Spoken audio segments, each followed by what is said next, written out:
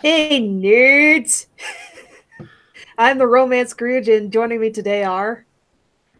Enlightened robot. SR nobody.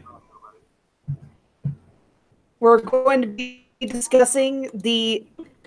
We're going to be discussing new series episodes and stuff announced at San Diego Comic Con. Stuff. Oh, you're going a little bit robotic. I'm Scrooge. So, You're coming in a little robotic. shit. Of course, conk out right now. Just the luck. Is it working again or no? I can hear you now. Sounds fine to me. Okay, so Frickin' screen rant. I hate screen rant. I'm sorry. I'm getting to the video right now, and I'm getting to the actual video, so I can put it on. Again. Am I something like that? Oh, you're getting robotic again. Fuck it. I'm gonna close this out and then start it back up again. All right. Okay. I'm sure me and Nobody can keep everyone entertained. Nobody, you know any good songs? If you want to be happy for the rest of your life, actually, no. Yeah. Actually, I guess what's called. Everybody hurts. Sometimes. Come on, where is the creator studio? Because I need to get to our streaming thing so I can post it to Tumblr. I have a link. No, I have the link. Is it working now? Oh, hello! Welcome back. How's everything? I'm gonna try to get this to work. For some reason, the internet decided it was working fine. I had this window up for about an hour, and then now it decides it wants to crap out. For some reason, the internet decided it was working fine. That was the video coming up. So, yeah. Anyways, yeah. The topic today is all the stuff that happened with Comic-Con. There is the Owl House. There is Amphibia. There's a whole bunch of Steven Universe stuff. There's both a crossover and a movie. Plus, there was that entire episode that recently premiered. There's Invader Zim, the movie. What else was there? Infinity Train, Castlevania Season 2, Voltron Season 7.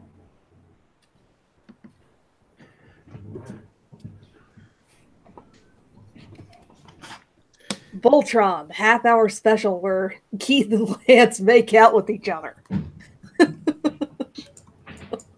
Not entirely inaccurate. Seriously? I haven't kept very good tabs on Voltron recently. Oh, well, then you don't know about Shiro? I know he's back alive and kicking, yeah. Oh, you don't okay, know. no, I don't know what's going on then. Well, I have no idea. Well, okay, so the next season they'll be heading to Earth, and on that trip, Shiro will be meeting, supposedly, we'll get a little bit more of his backstory, including his ex. Is that an ex-wife or something like that? No, his ex, Adam. Oh, okay. Goes to show how well I've been keeping tabs. Season 8. No, wait, Season 7? Yeah, Season 7 at August 10th, and then Season 8 some other time. Jeez. I'm really behind. Well, there are 13 episodes. But still, isn't each episode like 25 minutes, 25, 30 minutes, somewhere around that range? Yeah, why did I bring up photos?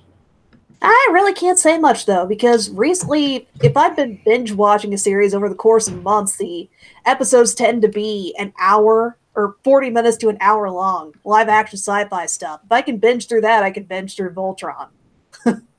True. And then season 6 is 7 episodes with 1 episode of filler, which is actually a pretty good episode of filler.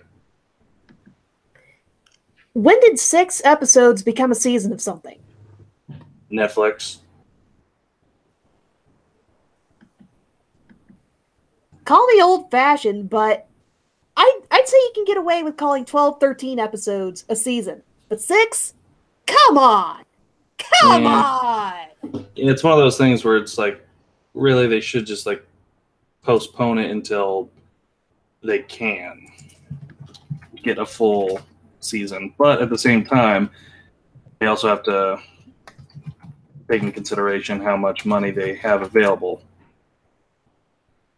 How much money is available? How much relevancy a certain series has? Because I can imagine that licensing something, it isn't just how much watch time they might get. There'd probably be some merchandising and stuff in there too. Yeah, though that's Headcanon Hive. Whoops. I mean, that's fine. I'm sorry. Though I do understand with Netflix series, like, for instance, the Castlevania show. I didn't even know Castlevania had a series. Oh, it is so good. It's like 6 episodes. Season 2 is August or October 28th comes out. It's mostly based off of Castlevania 3, but it is very true to the source material because it is very gothic and horror, and like it's not. You don't want to show it to a kid because episode 1, Dracula's wife is burned at the stake. Dracula gets pissed. He tells the people, "All right, y'all fucked up. I'm going to give you 1 full year to get out of this town before I kill all of you." The townspeople go, "Ha, right." Dracula comes back in 1 year. "All right, I told you guys." He sends a demon army to kill everyone. That's episode 1. Jeez! And it is gory as you would think. The skies rain blood. And like it is an awesome sequence because these people whom Dracula is killing, for the most part, they deserve it. And so on the one hand, it's like, oh, this is so like this shouldn't be enjoyable because Dracula is killing all these people, but at the same time, they kind of deserve it, especially that head priest, because oh no, medicine, that is the work of the devil.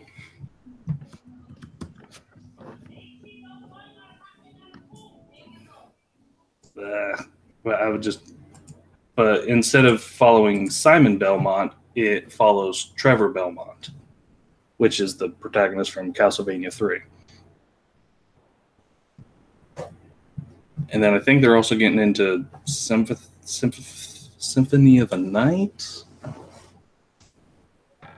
I don't know, but the point is they got Alucard. So...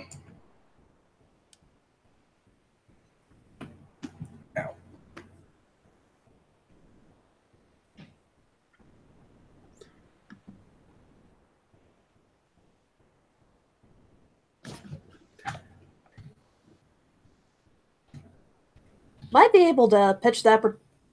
Now I remember my boyfriend talking about that with my brother a little while ago. He'd have much better context for who these people are and what's going on than what I do. Oh, I have not played the Castlevania game, so... I've only played Castlevania 1. Well, actually, I've played Castlevania 1 and Castlevania fuck, what was it? It was one of the Metroidvania ones. They're not all Metroidvania? No, the original one was a side scroller. It was very hard. You pretty much had to like memorize all the character, like all the enemy movements and stuff. And you could pretty much beat the game fairly easy. Although Dracula is kind of a bitch to beat. Huh. Luckily, I had Action Replay on my 3DS, and then Castlevania 2 was more of an RPG, but in the vein of it made a lot of mistakes. Like Ego Raptor has a video called Sequelitis where he compares Castlevania 1 with Castlevania 2 and tells you what the difference between them and why Castlevania 2 was such a letdown. And then Castlevania 3 was more in form of Castlevania 1, except you can switch between 3 different characters: Trevor Belmont, Sylph, and Alucard. And then Castlevania 4 was basically Castlevania 1 and 3 on steroids since it was on the SNES.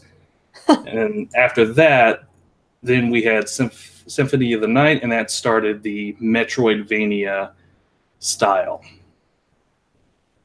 Huh, okay. So, number 3 was probably the one I saw my boyfriend playing the other day. Okay. Just trying to get... I don't know. The only reason I even know it's a Metroidvania is because that's pretty much my, or pretty much Adam, my partner's favorite kind of games to play. Saw a little bit of, Castlevania 3. Some of the monsters and such in there really nightmare fuel. Like attractive woman on like plants or some kind of tentacle monster thing. Just, I think nightmare fuel is probably the best way to describe some of the monsters that I saw in there. I'm kind of curious as to whether have any of those popped up in the anime? Because if so, then I'd be really interested to see that. Let's see. Going off of my memory, which isn't 100% since I've only ran through the series once, but I don't think so. For the most part, it's about the series. The series is like 6 episodes, I think, and Trevor doesn't actually start actively fighting the monsters till I guess episode 3. Like he's fighting, but at the same time, Dracula's forces haven't caught up to him. But it's still very entertaining to watch and very good. And Trevor Belmont is a pretty fun protagonist. That's it. Oh no, it's 4 episodes. So yeah, episode 3. That's whenever we introduced to Silpha Nonatus. And then, okay.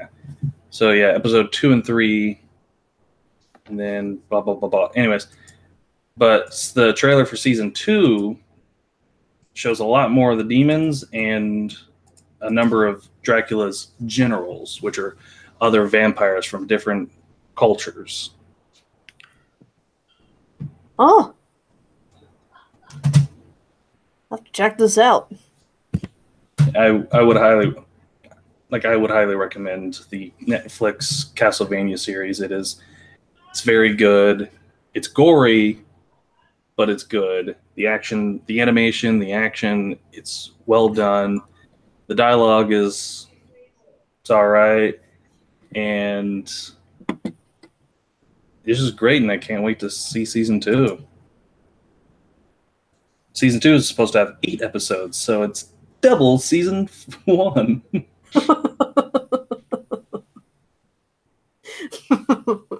Okay, other stuff that showed up at San Diego Comic-Con. Not even going to try to do a seamless transition here. Other episode of Steven Universe. White Diamond's big reveal. Hello, Starlight. The Earth says hello. Yeah.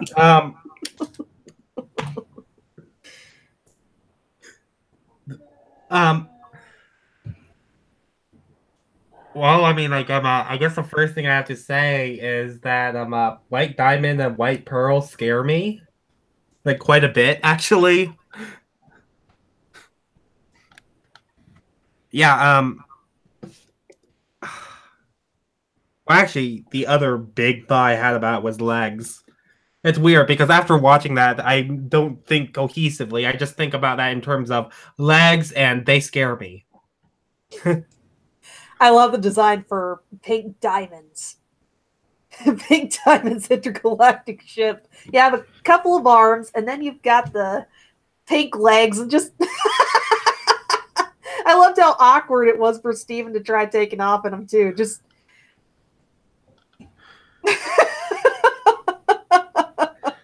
My God. Okay, It's like a magic sci-fi version of the Jaeger pilot cockpit. Yeah, trying to find the right word. the entire crack theory.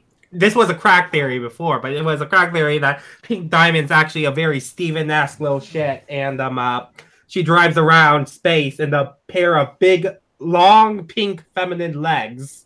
That was a crack theory before. I'm sorry, but it was. But now that it's canon, I love it, and I am here for it. Well, especially since the first time we saw the pink pyramids, people were like, "Are those legs? They could be legs to a giant ship, similar to, or they're either legs or they're giant arms." just legs. Yeah, They're legs. Somebody brought up a good point. Where's the torso? I'll bet White Diamond has this creepy mannequin-like torso. Like, no arms, no legs. Oh, we've Just seen it. the torso and the head. Really? Yeah, we've seen it, and you're right. It just Matod, whenever they show like the whenever they show Homeworld in some of the recent episodes, Like I mean like when Steven first falls out from the courtroom, you see White Diamond's ship. Yeah, and you straight up gave an accurate description of it. It's a head and a torso with no legs and no arms.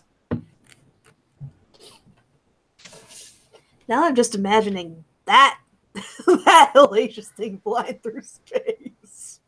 Yeah. Oh my gosh. I wonder. I would love it. I would love it if all four of the diamonds could make some big, giant, sexy lady robot with all their different spaceships and stuff. just imagine it. When all of them come together, it's a Gurren Lagann-esque transformation sequence or something like that. and together they form Metaton.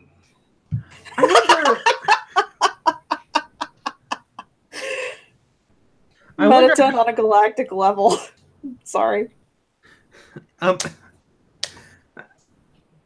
wonder how White Diamond pilots the ship, because if it's anything like how Steven has to pilot Pink Diamond's ship, then how is White Diamond moving? Here's the answer. Wow. Have you ever seen Freakazoid? Yeah, I used to watch that.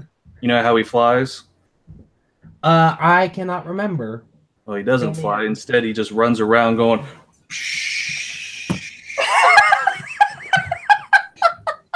Despite how scary looking and intimidating White Diamond is, I could see her legitimately doing that. Of course, I just love that one joke from the Candle Guy episode. It's like, and away I fly. Freakazoid, you don't fly. Oh yeah. And he just runs off with his like arms out, like.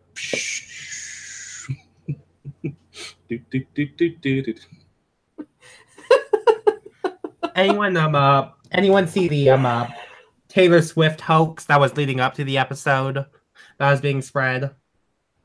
The idea that Taylor Swift was cast as a White Diamond. There's a big bunch of fake tweets. I saw those. But I mean, like, you know, all things considered, Taylor Swift, seeing her as like a character who might perhaps be the least sympathetic character in the entirety of Steven Universe, that's kind of sort of golden. I love that idea. Yeah, but I could see her more as like a gym warrior, like a gym corporal or a general or something. You know, similar in the vein of Emerald. Like somewhere between blue agate and or holly blue and emerald, somewhere between those. We're never gonna get Nicki Minaj back on the show, and that's sad. Can you imagine if Nicki Minaj is like already the most expensive voice actor they had on the show? Can you imagine just how expensive Taylor Swift would be? Would also depend on whether or not like all right, if I was famous and well enough and known that I could basically be worth millions of dollars just to be in one episode. But if I was a fan enough of a show like Steven Universe, I'd be like, yeah, I'll do it for like half that or even a third of that. They have had that happen in a couple of cases. Maybe. I mean, we have freaking Estelle as Garnet, which is still what's called. And then Friendship is Magic consistently gets John Delancey for Discord.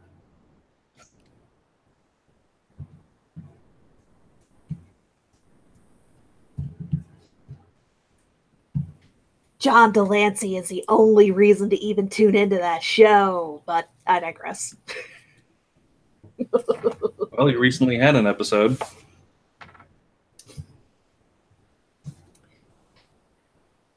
In regards to White Diamond herself, I'm not quite sure what kind of role you could say she has. I think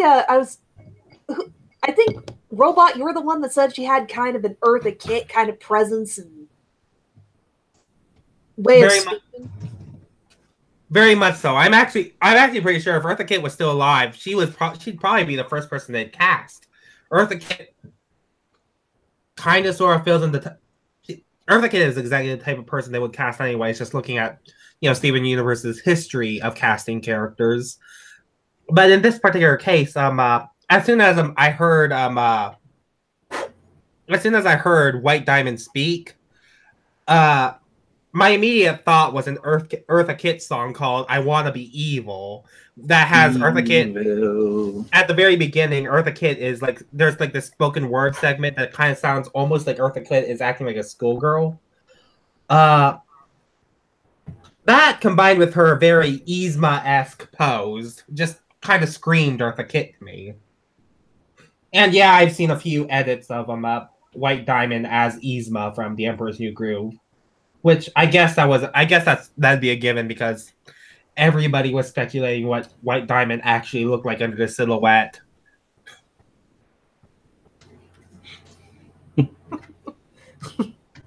And it didn't really disappoint. I just love that everyone is kind of scared of White Diamond. Well, yeah, she's scary. She's not. The biggest thing is her. Okay, the way she spoke. She's had like this really nice tone of voice, but all of the emotes, all the hidden meanings behind it, like the way she was speaking, the type of words that she was using, it was belittling.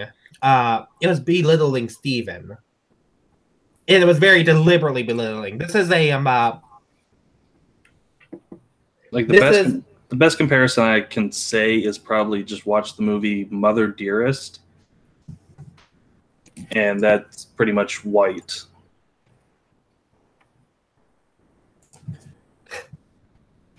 Yeah, Eartha Kitt's dead. Cartoon critic. It's really a sad thing about that. What the hell? I was trying to look up Mother Dearest on Wikipedia, and instead it redirects me to a list of That's So Raven episodes. What are you trying to imply, Wikipedia?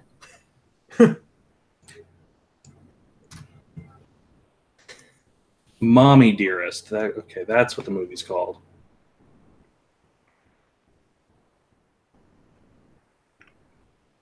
A 1981 film about Joan Crawford. You know what? I think another good comparison. Granted, the comparison I'm about to make is less terrifying and more just generally unlikable.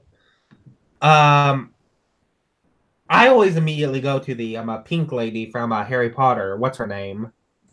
Dolores Umbridge. Yeah, Dolores Umbridge. Yeah. Everybody. Yeah. Voldemort is like the evilest person in the entire series, but Dolores Umbridge is the person you want dead. Which I saw a recent post of someone going, you know, Umbridge was bad when even Snape hated her guts. I mean, it doesn't take a lot to get Snape to hate her. But the fact that it's like, yes, I hate that Potter child so much. What's that? That Umbridge lady. Oh, she's... Hey, only I can hate on the Potter child. I hate that woman for making Potter's life more miserable than I could make it. Yeah, I haven't finished the last book. Bringing this back to Steven Universe, I actually don't think White Diamond's going to be the big bad of the series. She's going to be like probably up there. She's probably even more powerful than the big bad of the series. But she's not going to be the primary antagonist from here on out. They introduced the just given the way they introduced her, she is more like a she's a borderline she is a I'm trying to think of like if there's a good word for it. It's not quite Lovecraftian abomination, more of a force of nature. She has a lot of character, and she's not a force of nature, but she's very Matod. She seems to be so powerful and Eldritch Horror, and bigger than everybody that it feels Matod. I don't think that Matod, if you actually have her on the bad side, it'd be borderline impossible for the characters to change her.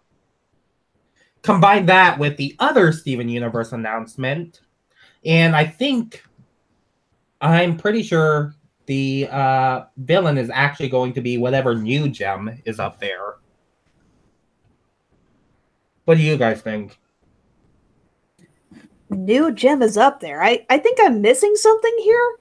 I saw the trailer with the spinning heart diamond thing and a silhouette that looked like Beatty from Five Nights at Freddy's. Yeah, well, whatever new gem that is. I mean, I'm assuming it's a gem. Though the question is whether or not the movie is within canon for the show. Because there are instances where they'll make movies for shows, but they won't be canon with each other. In the case of Steven Universe, I could see the movie being canon. Yeah, especially given the timing, because when is this movie going to be coming out? Did they give a date? I'll take a quick look.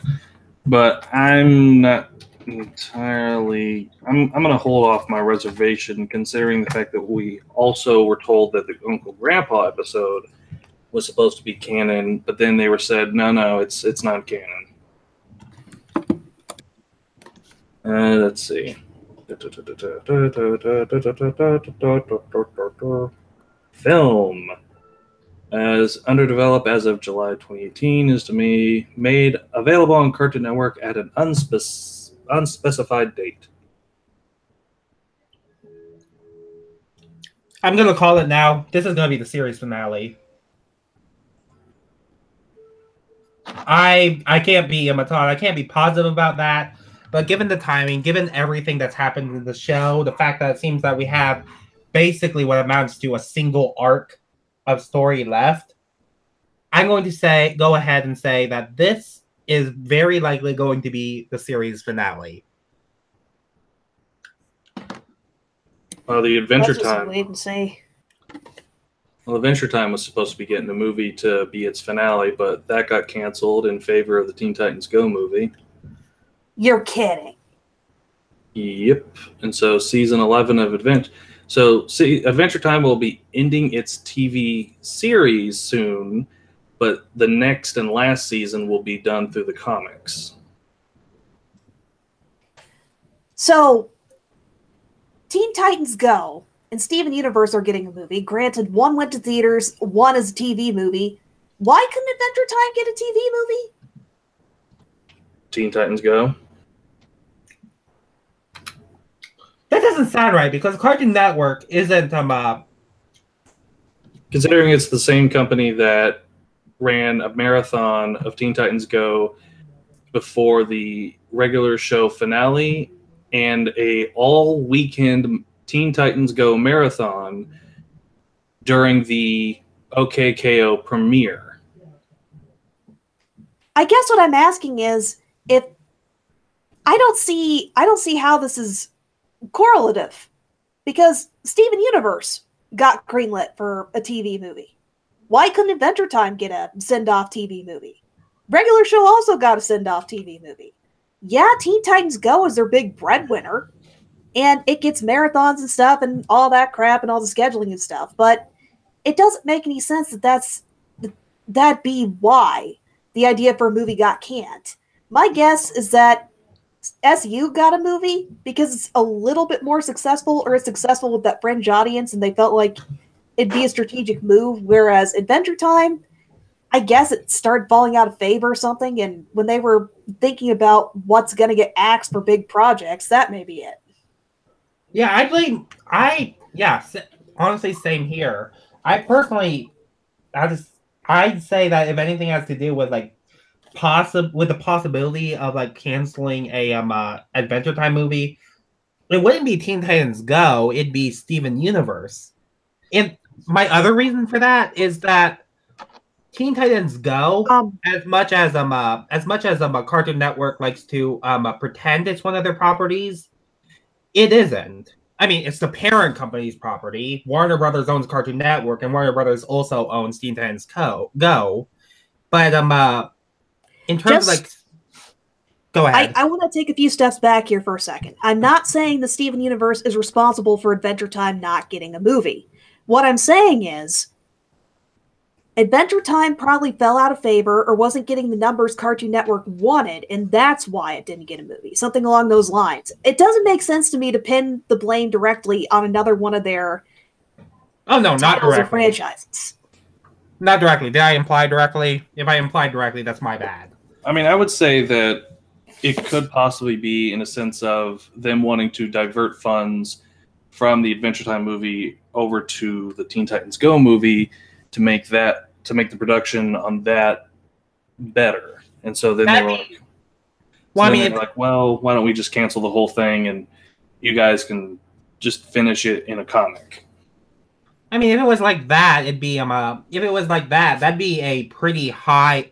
That'd be a position pretty high up on the corporate chain, because Cartoon Network even though Cartoon Network and Teen Titans Go are both owned by Warner Brothers and Time Warner, the decisions made by Cartoon Network and the decisions made for the creation of Teen Titans Go really don't affect each other, or they shouldn't. I mean, unless it has the Cartoon Network logo like plastered at the end, as in this is legitimately an in-house production. Teen Titans Go isn't that show.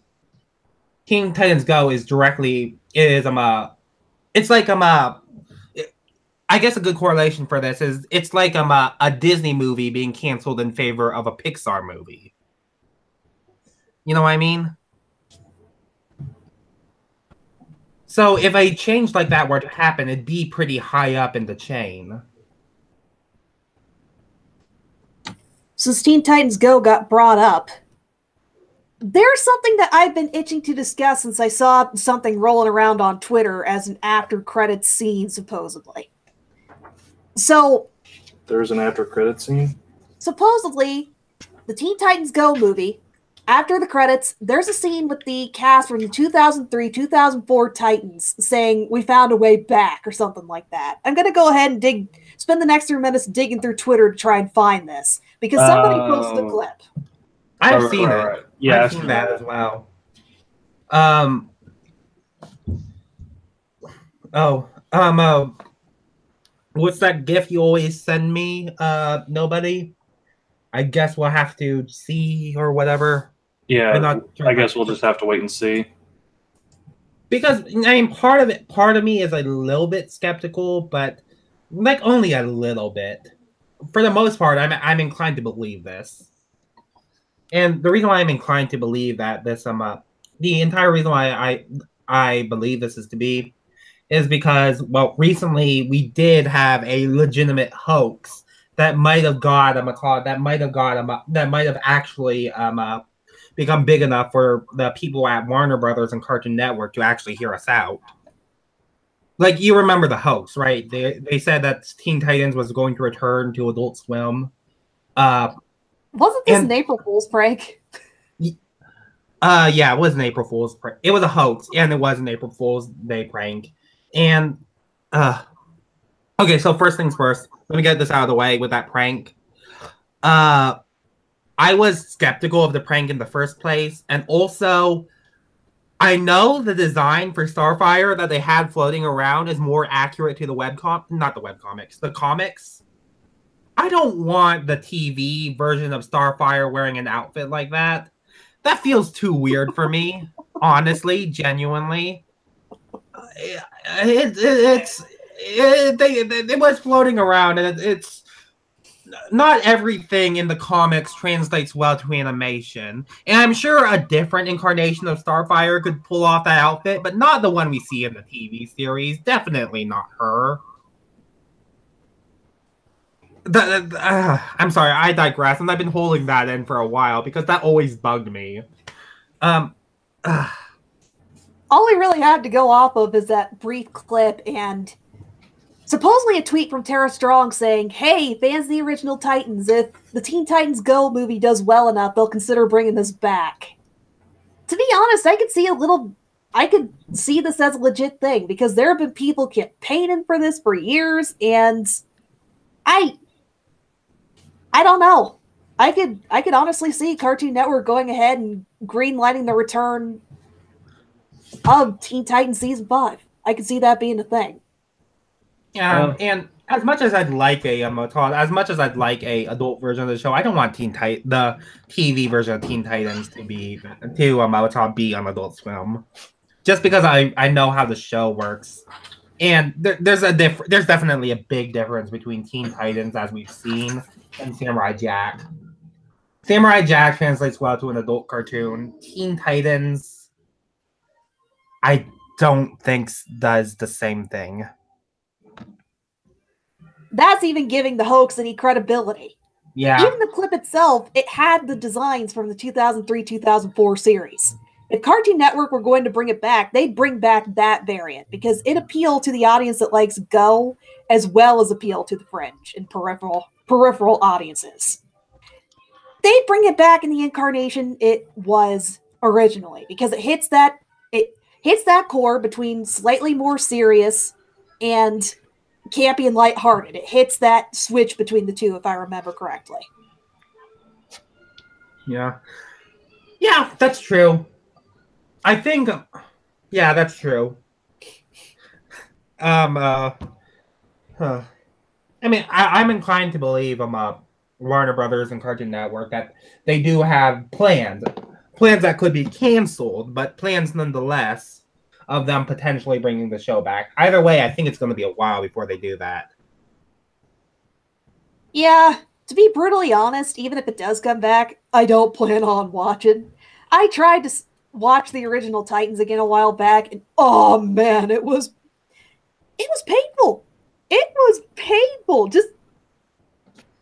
That's just me though. If it does come back, that's great.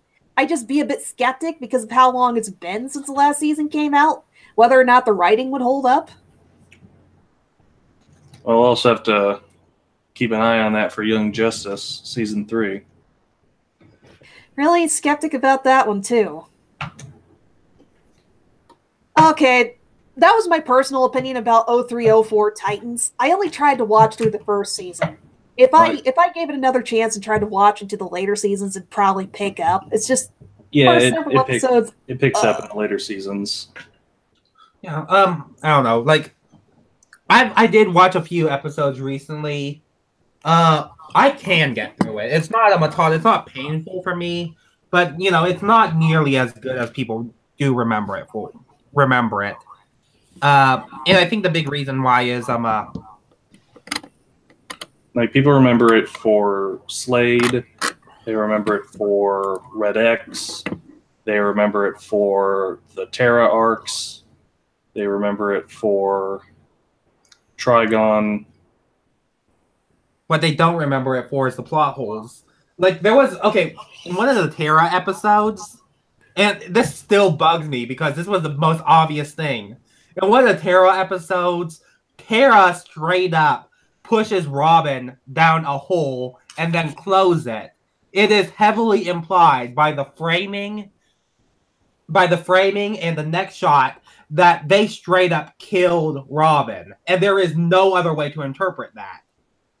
And then a few scenes later, Robin escaped somehow. You know how? How? Because he was trained by Batman. The whole thing with Terra, I'm gonna go ahead and be a bit salty here.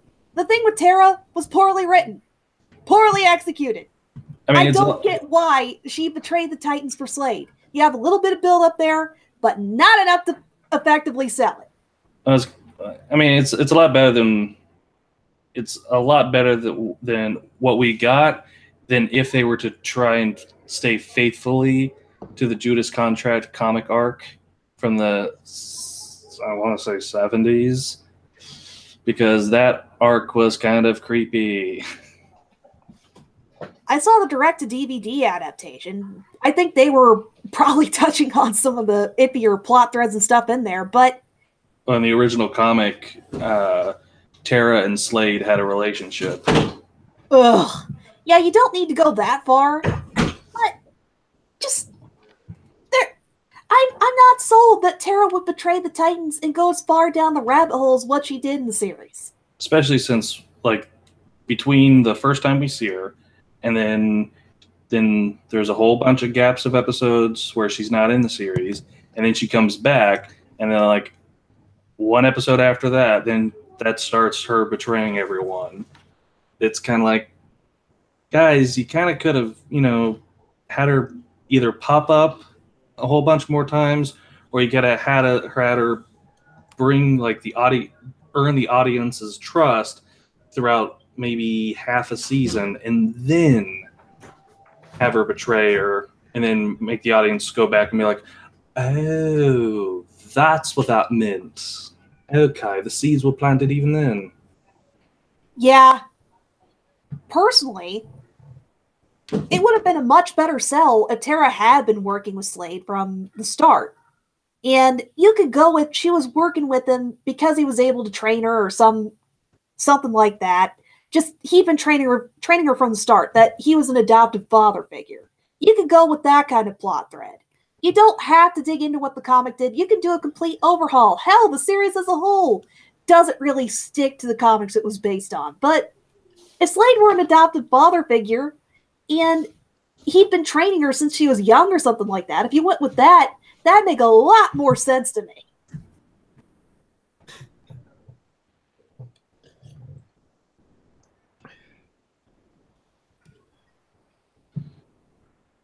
I just have beef with with how that particular arc was written. And another thing, I'm probably going to get so much flack for this, but I hate the Robin Starfire romance. I really do. I hate it that much more after seeing the direct-to-DVD movies, where it takes them a couple of scenes to establish Robin and Starfire, and then they show them together as Nightwing and Starfire, and just their chemistry is so believable. It didn't take them very long to set it up, but their chemistry is believable. You can see why they got together. They work.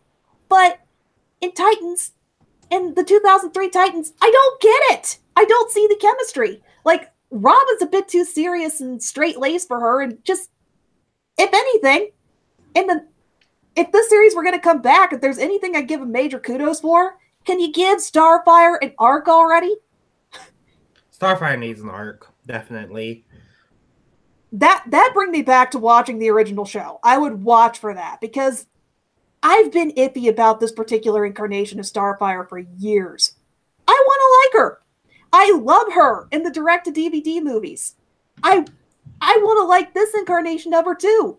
The only reason I don't is because give me something more to work with character-wise. I have some stuff, but that's just me. This is probably nitpicky stuff.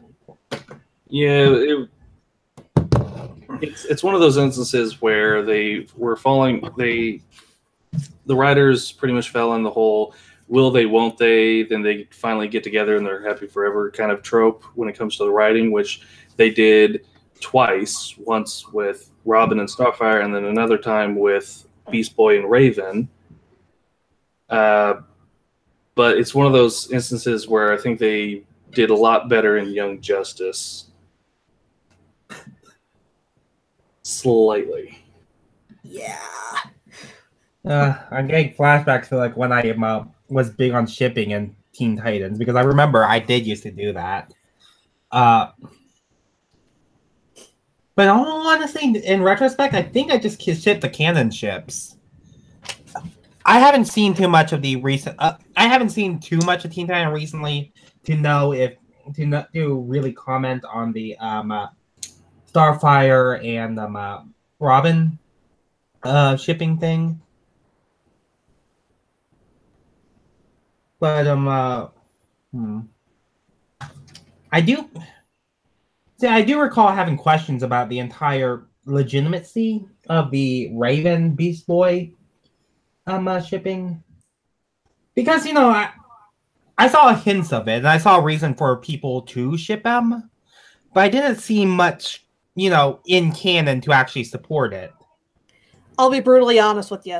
2003, 2004 Titans, there's more grounds for them to stay just friends. Every scene that they've had together, it's more platonic than really anything romantic. If they were going to set up something romantic between those two, they'd have a lot of groundwork to do. Beast Boy had a lot more chemistry with Terra in the 2003 Titans. Yeah, and that's the one that I saw. I realized them outside. I realized them seeing those two. They were clearly being written to like each other. I'm really confused as to why I'm not. I guess I'm not too confused, because I do see why people would ship them in the first place, but I have trouble remembering any like significant Raven Beast Boy moments where they weren't just It was mostly during the Trigon arc where Raven was really like down and became very like isolated of herself, and Beast Boy was just trying to help. And then there was that one episode where Beast Boy accidentally went into Raven's head. Even then, I still see this working better as just a platonic friendship kind of thing. It's just because of how polar opposite their personalities are in that particular incarnation of Titans. I mean, it also doesn't help the fact that they kind of make that kind of relationship one of the main focuses and jokes in the Teen Titans Go series. all right. I don't have context for how they portray it in there. Personally, I see Go as a separate thing. Oh shit, YouTube has messages now.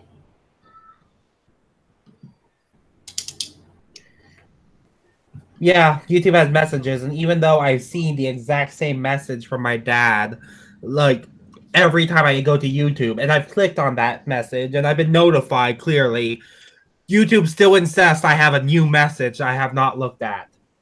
Well, I just saw the thing. Let's see. I'm looking at my list. Amphibia, Owl House, Invader Zim, Aquaman, Shazam. I forgot an N on that Aquaman. Yeah. Okay, gonna move on from discussing Teen Titans. I took everybody on a really long, unrelated tangent. I'm sorry about that. I mean, you want to continue with the DC thing, because it's not cartoons, but we did get trailers for both Aquaman, which I have not seen, and the trailer for Shazam! Shazam, which I'm actually a little bit excited for. I haven't really seen either trailer, but if you guys have, go ahead and give your take on it. I'd recommend watching them, or at least the trailers, because it shows that DC, at the very least in their trailers, is realizing, oh no, people aren't responding to the dark and gritty that we thought they would. Huh. Well, I guess let's see. Marvel, what are you doing? Light and funny? All right, let's do that. Yeah, I haven't seen the Aquaman trailer. The Shazam trailer. I'm just glad. This is a weird thing, but I'm just glad that we're actually getting. So far, even though there's superheroes, there's a lot of appeal for kids in them. A lot of kids watch the superhero cartoons. Some of them even buy the comics, even though I know comics in recent years has been going more towards like a adult-centric market. I've always been curious as to when we get like a legitimate kids movie superhero, and I think Shazam might be one of the few examples of that outside of Spider-Man. And yeah, that's really all I have to say about it. I'm not too familiar with Shazam from the comics. I've seen. I'm not entirely 100% with the comics, but I would recommend the Captain Marvel / Superman versus Black Adam animated movie. That's basically the origin story for Captain Marvel, aka Shazam, aka Billy Batson, which his original name was Captain Marvel, but then of course Marvel created a character by the name of Captain Marvel, and then eventually, fight, Marvel wins, and so that's why the DC had to change the name from Captain Marvel to Shazam, which is kind of idiotic because in order to transform from Billy Batson to Captain Marvel, he has to say Shazam, and vice versa. So basically, he can't say his name in case it's like, oh, thank you, hero, but who are you? I am Shazam. So yeah, I don't even recall them saying that in the trailer. He does, like whenever Billy's like walking towards the screen and he says it and then lightning strikes him and he turns into Captain Marvel. No, I mean, I don't recall him saying the words Captain Marvel in the trailer. No, he has to say Shazam. Yeah. Like his original name was Captain Marvel, but the magic word to transform him was Shazam. Yeah, I thought. But now it's being retconned that he was always named Shazam. Okay. See, I was under the impression it was still called Captain Marvel. No, that's Carol Danvers now. Mm-hmm. Okay, well, I mean, I gotta take your word for it because I do know about like the controversy. Personally, I'm familiar with Captain Marvel from Batman: The Brave and the Bold. Right, but yeah, I would recommend. Well, they also did a pretty good job with Shazam in the Young Justice series, where he was, his Captain Marvel form, but around the team, he was a kid. Because, it's still Billy Batson in there. Basically, imagine if Deku from My Hero Academia was in All Might's body. I have no context for that. I don't watch My Hero Academia.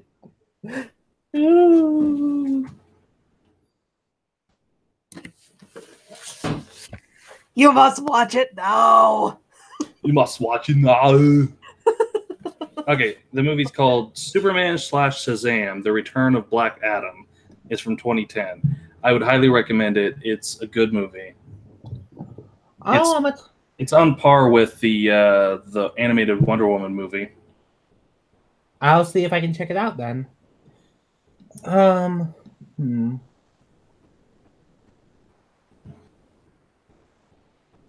Vosloo as Black Adam. What are some of the other Comic-Con announcements? Oh, shit. we've also Josh Keaton and Kevin Michael Richardson. Oh, right. Some of the other stuff on my list is Amphibia, Owl House, and Invader Zim.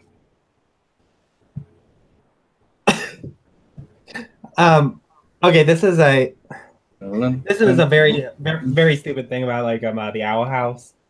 But if anybody, there's a Easter egg in the Gravity Falls comic that they just released about the Owl House. There's like 2 of them in there, and I find it funny. Just cameos. It's the Owl House. It's the Owl House. Food fly screeching cough. I've seen a lot of Owl House related content popping up on Alex Hirsch's Twitter recently.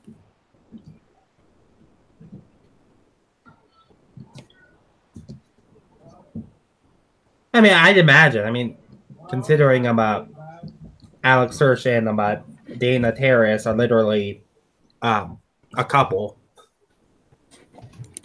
So, you know. Gotta promote that GF, yo. Yeah, and there's like I thought actually something I was surprised to find. Dana Terrace, she also provides quite a bit of the art in the Gravity Falls comic as well, which might explain those Easter eggs. So, you know. Son of a, there's not even a trailer. Yeah, you guys I will be very upset if Rick and Morty doesn't put some kind of reference or symbol from the Owl House in the next season.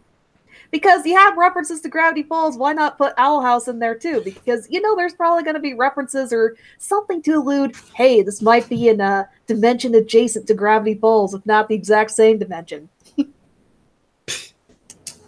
Well, I would just like a trailer. Yeah, there was Though the Rick and Morty reference could come from the fact that I guess that the witch lady is a wanted criminal in that universe. So oh yes. So the reference there could be she's wanted and so is Rick, and maybe there's a silhouette of Rick on a wanted poster. Yes, there's just a bunch of wanted posters in the background. You see a wall of Ricks, and then there's a couple out to the side, and the witch from Owl House is one of the ones. And Rick kind of glanced at it and said, "I know her. Don't like her."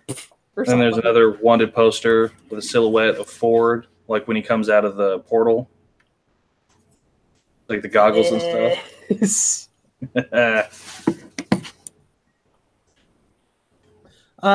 You see the opening of Amphibia that's been going around? No. I don't think Amphibia really has a lot to do with Gravity Falls, like in terms of what the story is going to be. I don't even think they constitute the same genre. I mean, they have a very similar art style. Well, yeah, they have the art style, and that's because the people who worked on Amphibia came off of Gravity Falls. But the opening theme song, I swear, someone at Disney was like, "Oh, hey, you know the Gravity Falls theme? Do that, but different." Like, it sounds very similar to the actual Gravity Falls theme. Yeah, except instead of like whistling, it's violins. Yeah. And like I'm not like accusing anyone of anything here, because I think I bet you anything it is going to be its own little thing. If anything, I'd probably say I'd probably be a little bit more worried of Owl House copying elements of it, but even then I'm not really that worried about it. Heck, even if they do copy Gravity Falls in some way, I'm not going to be mad about it. I like Gravity Falls, and I like Gravity Falls references, so you know. Besides Gravity Falls, Rice is done. Besides, Gravity Falls, they completely ripped off a plot point from Adventure Time, so, you know, it's not that big a deal. Nothing's original, just how you do it. Just watched the intro to Amphibia. The only thing that seemed Gravity Falls-esque to me was the theme song and the show style. Maybe the fact that it takes place in a fantasy world, but that's it. This comes across as more of a happy-go-lucky, they're going to go on adventures kind of story. Yeah, Gravity Falls comes off as a happy-go-lucky series. But then Bill Cipher enters the picture. Gravity Falls always had an element of something lying under the surface or some kind of mystery. I wasn't really getting the mystery vibe here. No, not at all. Star Versus has a look of, oh, this is going to be a fun magical girl series. But then Toffee enters the picture, and then Eclipse enters the picture. Oh, with I will say this about Luz's character design. I'm going to add Luz and Marco Diaz to the list of characters that people on Tumblr would draw remarkably similar to each other, even though they look nothing alike in canon.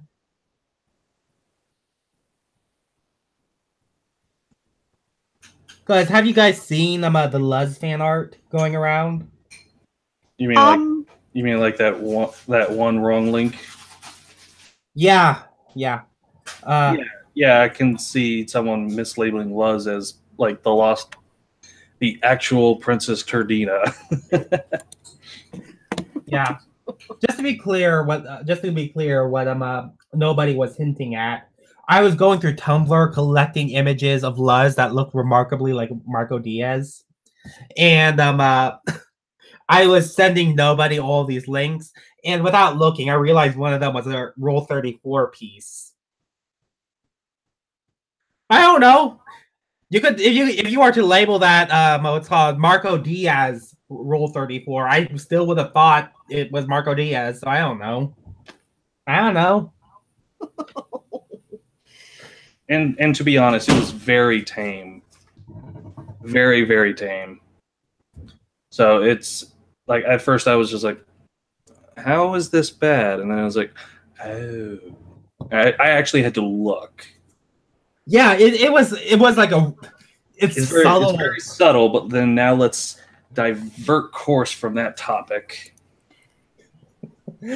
Which speaking of Star Versus, they show like, okay, season 4 is supposed to be next year, and they showed a clip of the next season, and apparently, yeah, Eclipsa is now Queen of Muni. Oh. I can't wait until 2019. Another that was on a very minor thing. It was a very subtle animation bump, but it was an animation bump nonetheless. Some people are calling it an art style change. This is the same art style, but the animation was a bit better than they usually do. Which is probably because Disney Star Versus is switching over from Disney XD back to Disney Channel. Yeah. So yeah. Disney is more than likely giving them a little bit more money. Yeah. So now instead of a dime, they're giving them a full quarter. Yeah. It's all, and then you yeah, and then there's a lot of people have been commenting on that thing. That this confirms that Eclipsa is a villain, but I still didn't get that. Did you guys get any of that impression? The scene in question, like the jail and all that, it's like I don't really see how I haven't seen anyone say, oh, this confirms that Eclipsa is a villain, because all the guy said was like, oh, well, ever since Eclipsa became queen and all that, I'm no longer allowed to jail monsters, so now I'm forced to jail humans instead just to be able to do my job. Yeah, people are taking that as evidence that Eclipsa is legitimately like, a villain or the worst person. Even if she winds up antagonistic, I don't think she's going to. She is a villain. She is evil. I've been saying it this whole time, but nobody believes me. Nobody believes Old Man SR. I mean, even the teaser, I wouldn't say that that's full-blown proof. I'm just going to wait and see what happens. I have a sneaking suspicion you're right, but I'm holding out hope that you're not. Yeah, I mean, Eclipse is going to be more sympathetic than that, I think. And we got a little bit more information on the upcoming Starverse's book, which has a bit more information, one of which being Globgor being known as the Prince of Darkness and also as a shapeshifter, which some people are calling Fallon. In a sense of, really? Globgor being a shapeshifter? Come on, that's a cop-out. You know Eclipse will want that big monster. She wants that big monster loving. Oh no, I'm pretty sure Eclipse used it to her advantage. Yeah. It's probably I don't know what I don't know. I'm worried about saying more than that. This is it's all how you know, how far can we push our already pretty mature rating, supposedly? How much can I push that? Eclipse that has a bunch of freaky fetishes and tastes we don't know about, and Globgor can fulfill every nasty fantasy. As a shapeshifter. Oh man, I wish Alpaca had been able to make it to this one, because just we're talking about monsters. Damn it. But in regards to the series itself, the shapeshifter thing will actually, it opens avenues for some interesting plot points and such. Like I mean, we also got a hint of it with like Meteora, since she is able to change her size. True. There had to be something holding that human form in place. Or human form, I mean. Yes, everyone keeps forgetting that humans and humans are, it's like they're not the same race. Which, it's like, come on, people. But then again, I'm a lore nerd, so I'm the kind of person that would use characters like full titles just because I can. Blech. I don't know. I've been keeping track of I even made a post about this. I've been keeping track of the of all the differences that humans have between them and humans, and the fact that you can literally you can remove their head and they'll perfectly be and they'll still be fine. Where is that post? I mean, in Muni, therapy is launching them from a catapult, and I assume that they're fine afterwards. Like, humans can take a shitload of damage.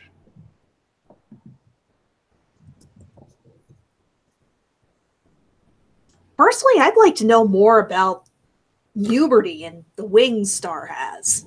Which I still hold on to, that being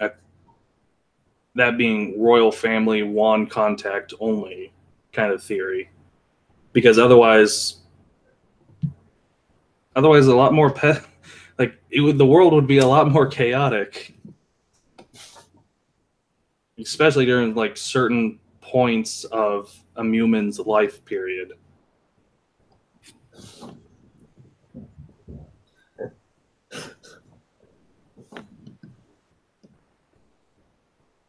Who knows? Which the theory that I have for it being a Wombear correlates with the theory that at one point human and monster DNA mixed, and then the bloodline after that, meaning that Star and Moon are part monster, which then correlates to their butterfly form. I support that theory. That theory sounds good. I like that theory.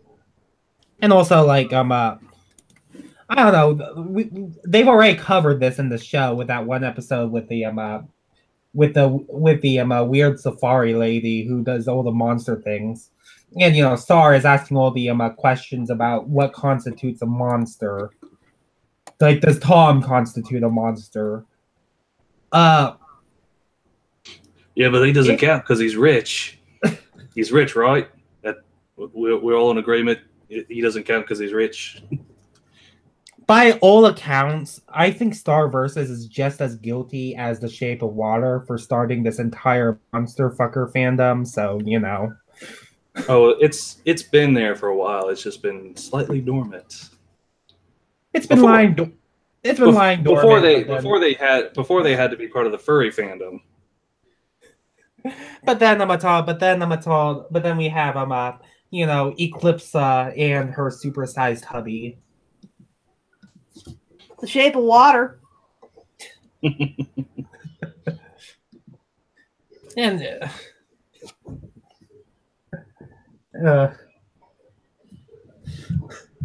if you like monsters, there's nothing wrong with that. There's a subcategory for you. Oh, I gotta. What was? There's a funny. Is there a nicer name for monster fuckers other than monster fuckers? Monster lover. Monster lover. Fair.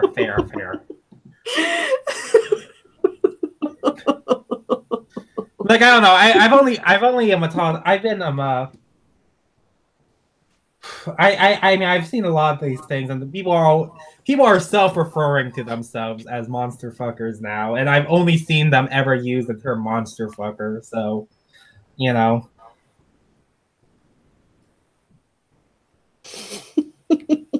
There's a funny D&D post that I'm trying to look for about that.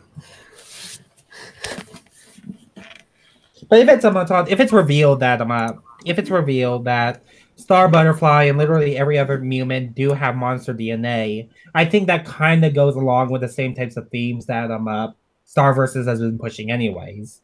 Namely that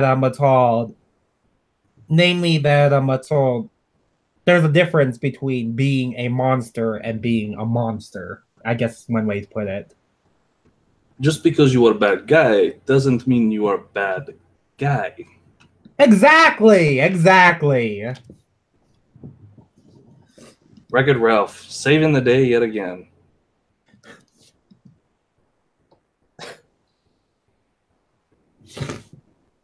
Hello, Pierre Salmons. How much did you miss? Well, we started the conversation with what did we start the conversation on? Castlevania Season 2. Yeah, on Castlevania Season 2. And we ended the conversation on monster fucking. That's what you missed. Which actually technically wouldn't be too far away from a gap. Oh, and we made a few tangents on Teen Titans Go and Steven Universe as well, so Okay, probably a good time to segue away from talking about monster love. The last thing on my list is Invader Zim. Oh boy. Yeah, so we transitioned from monster love to alien love. Zim is as far. Oh man. I mean, there are some people that fantasize about that, but I know there's people that ship the crap out of the characters, and everybody and their idiot brother wants Zim to love their OC, but the show itself, I personally don't do any shipping for it. All the characters are mean-spirited and assholes. It's more of a setup for satire than really character-focused or based stuff. Yeah. It's like because unlike Star Versus, Invader Zim has no interest in a romantic subplot. Yeah.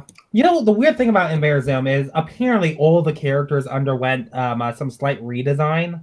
Oh yeah, I saw that. I could not tell. It wasn't until they put the characters next to their season 1 versions that I saw that there was a difference.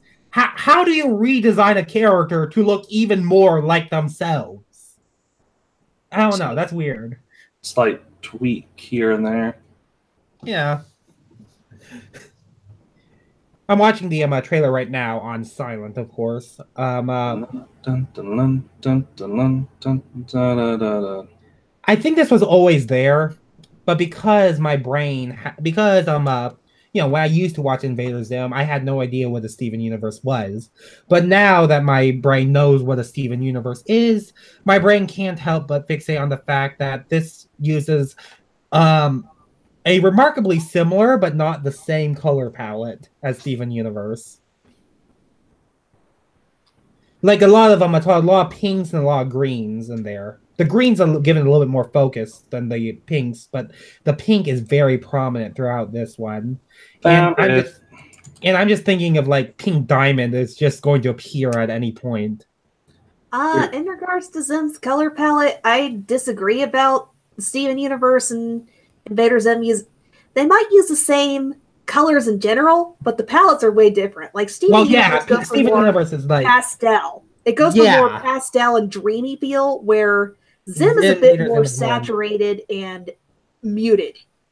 Almost, well, I'd almost say that a lot of the Invader Zim stuff, it almost comes across as like more neon than like Steven Universe. Here you go, Scrooge. This should be funny. Oh no.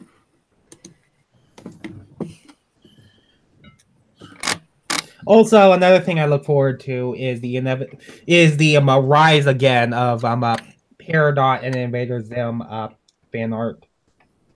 I just love the fact that shortly after the Invader Zim trailer, a lot of people were posting like Hot Topic stuff, and we're like, "Oh, please, no, not again! I'm not strong enough this time."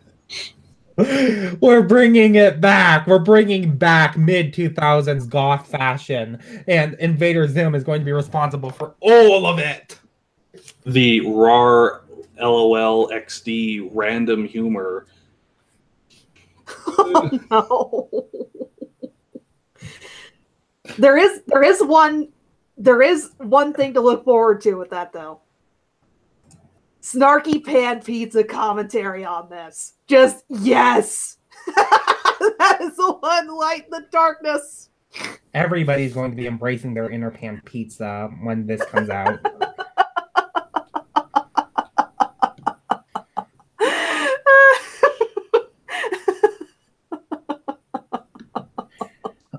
Though I will have to watch the series, like fill in the gaps, because I don't think I've watched the entirety of the series. Like there are episodes that I remember, but I don't think I've actually like watched through the entire season from start to finish.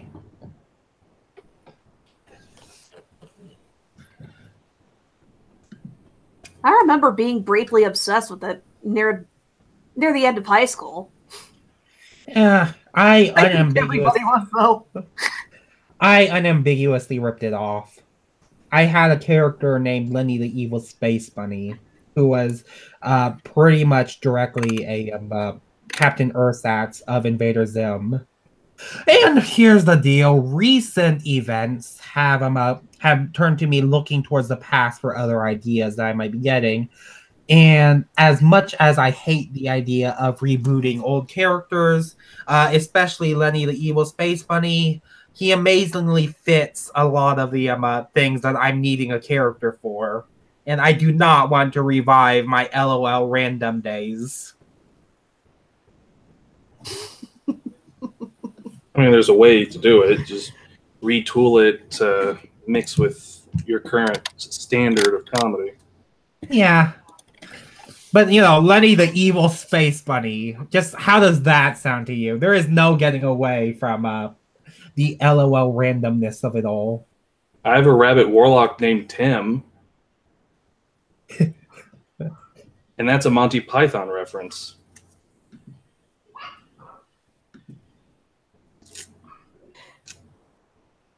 Okay, probably going to start wrapping up things here.